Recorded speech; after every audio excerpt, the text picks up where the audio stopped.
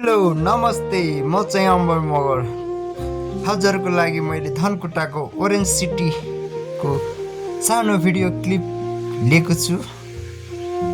हजुरहरू आएर यहाँ हेर्न नसके पनि मैले हजुरहरूको लागि भिडियो बनाएको छु है त, माया गरिदिनु होला है। धनकुटाको ओरेन्ज सिटी बवाल रहेछ, जस मलाई मन पर्यो। बवाल छ ल बवाल छ। अन्तिमसम्म भिडियो हेरेर साथ दिनु होला।